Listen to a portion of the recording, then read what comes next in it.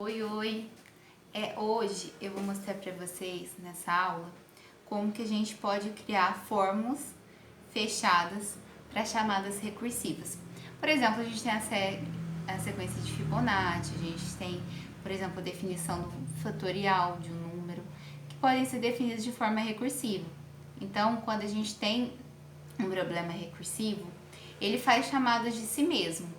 Computacionalmente, alguns problemas recursivos são muito demorados, por questões que depois a gente pode aprofundar melhor. E acontece que isso toma um tempo de processamento do sistema operacional. Então, o que acontece? Pode acontecer o estouro de pilha.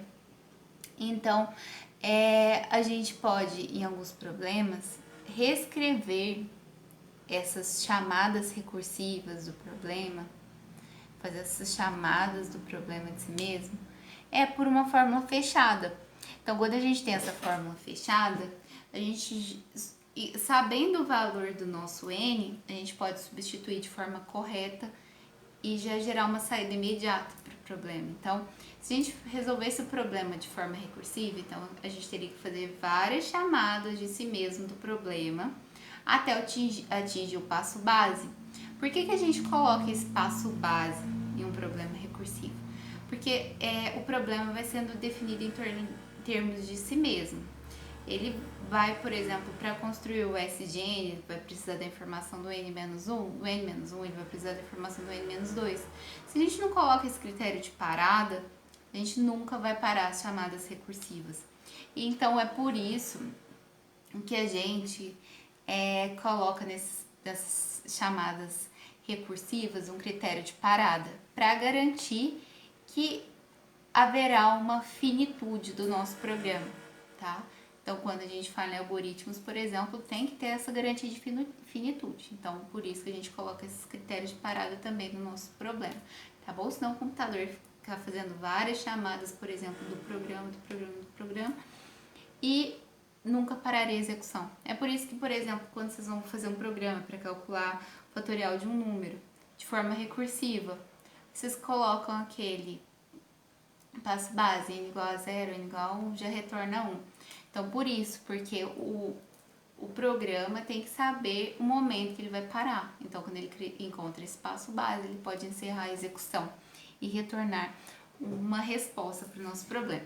E aí, quando a gente tem um problema recursivo, a gente precisa encontrar a fórmula fechada.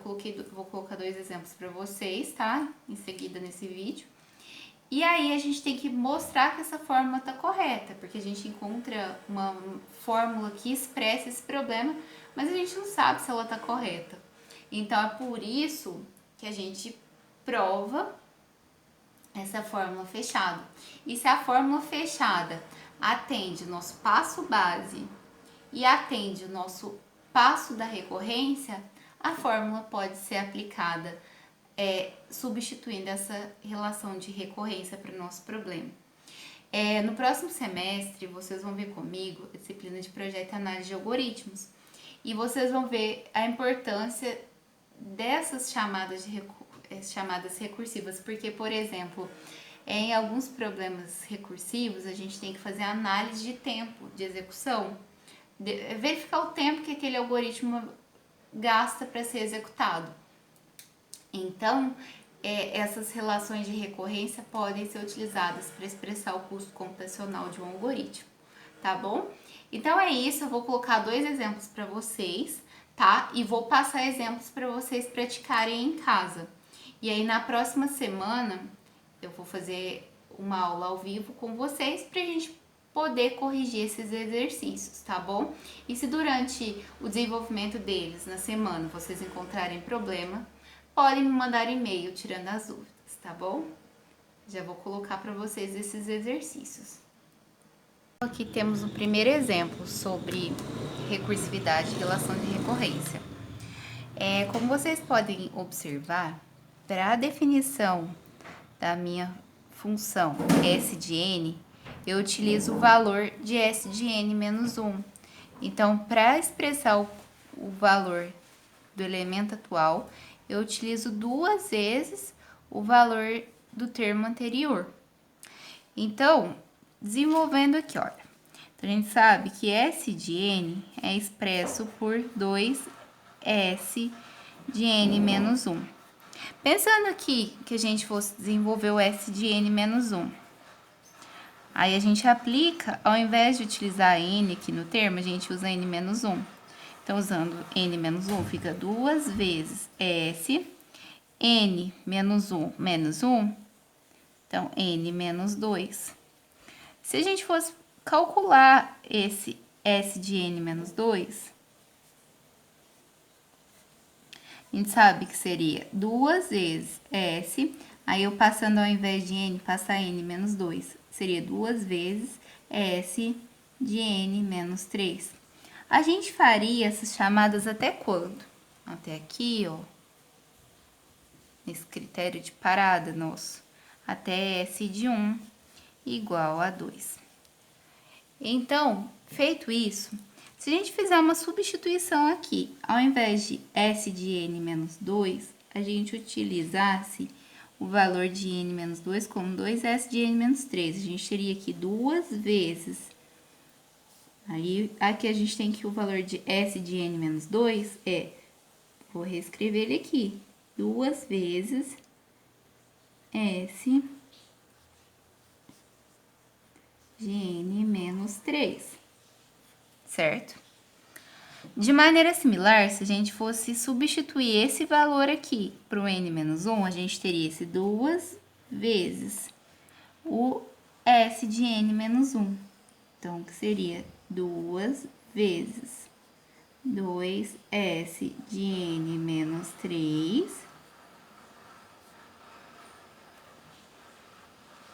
Só que aí é que a gente tem uma fórmula dependente aqui, de N menos 3. A gente tem N menos 3 aqui porque a gente realizou substituição do N menos 2. E a gente sabe que o valor dele é expresso de N menos 3. Mas a gente pode pensar nessa fórmula como um valor que não é dependente aqui, ó, desse 3. A gente observa aqui, olha só. Quantas vezes que o 2 aparece multiplicando? 1, 2, 3. E a gente tem um 3 subtraindo aqui. Então, a gente tem que o 2 vai aparecer multiplicando nessa fórmula. A gente vai chamar isso de I vezes. Então, 2 elevado a I, certo? Para tirar essa dependência do 3 aqui. S de N menos I. Essa seria uma fórmula geral. Só que a gente sabe que as chamadas recursivas nossas são finalizadas quando N menos I igual a 1. Daqui, ó. Quando N menos I igual a 1, a gente tem que o nosso I passar para cá, invertendo o sinal. Que o nosso I é igual a N menos 1, certo?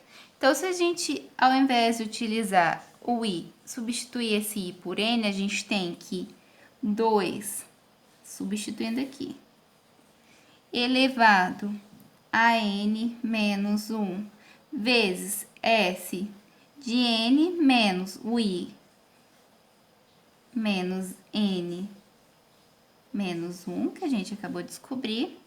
Isso dá 2 elevado a N menos 1 vezes S de N menos N mais 1. Então, a nossa fórmula pode ser também reescrita como 2N menos 1 vezes S de 1. Olha aqui o valor de S de 1. S de 1, a gente sabe que é 2. Então, a gente tem que ela pode ser escrita como 2 elevado a N menos 1 vezes 2. Então, se a gente tem bases iguais, mantém a base e somos expoentes. Então, a gente tem que a nossa fórmula fechada para esse problema pode ser escrito como 2 elevado a N. Então, continuando aqui o exercício, Agora a gente precisa provar a fórmula fechada, certo? Então, a gente vai seguir os 3 passos, como a gente fazia na indução fraca e na indução forte. A gente tem um passo base. Ó, o passo base, ele é dado aqui, para o meu valor de N. Então, a gente tem que a nossa fórmula fechada para N igual a 1, temos 2 elevado a 1, que dá 2. A fórmula fechada bate com o valor da fórmula recursiva? Sim. Então, ela funciona bem para o nosso passo base. A gente tem uma hipótese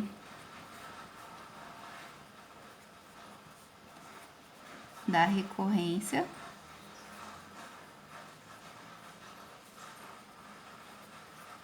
que nos diz que a nossa fórmula aqui, ó, para S de K, para um valor K, pode ser escrita como 2 elevado a K, certo? Para N igual a K. Bom, agora a gente tem o nosso passo da recorrência.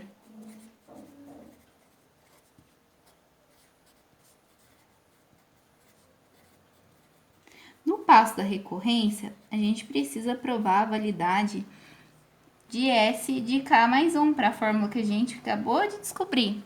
A gente sabe que S de K mais 1, olhando aqui nessa fórmula, seria 2, ao invés de N, a gente coloca K mais 1. 2 elevado a K mais 1, certo? E vamos voltar para a fórmula que a gente já sabe. Utilizando a nossa fórmula, a fórmula recursiva, a fórmula recursiva a gente já conhece os valores dela. A gente precisa provar a validade da nossa. A gente sabe que para ela, o S de K mais 1 é expresso aqui, ó, substituindo ao invés de N, K mais 1, ela pode ser escrita como 2 vezes S de K mais 1 menos 1, S de K. Então, se a gente substituir aqui, ó, olha só, a gente sabe que vai ser necessário o valor de S de K.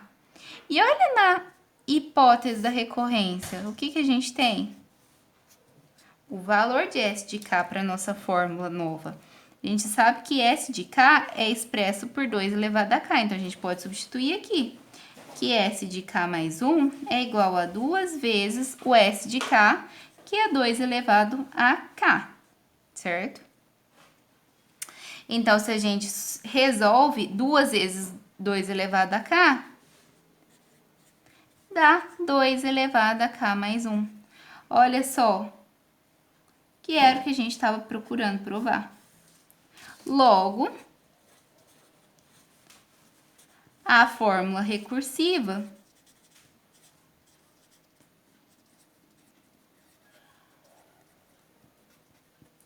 pode ser reescrita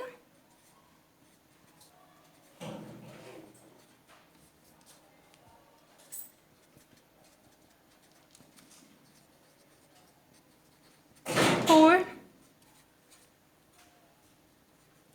S de N igual a 2 elevado a N, porque a gente encontrou que essa fórmula é válida tanto para o passo base quanto para o passo da recorrência.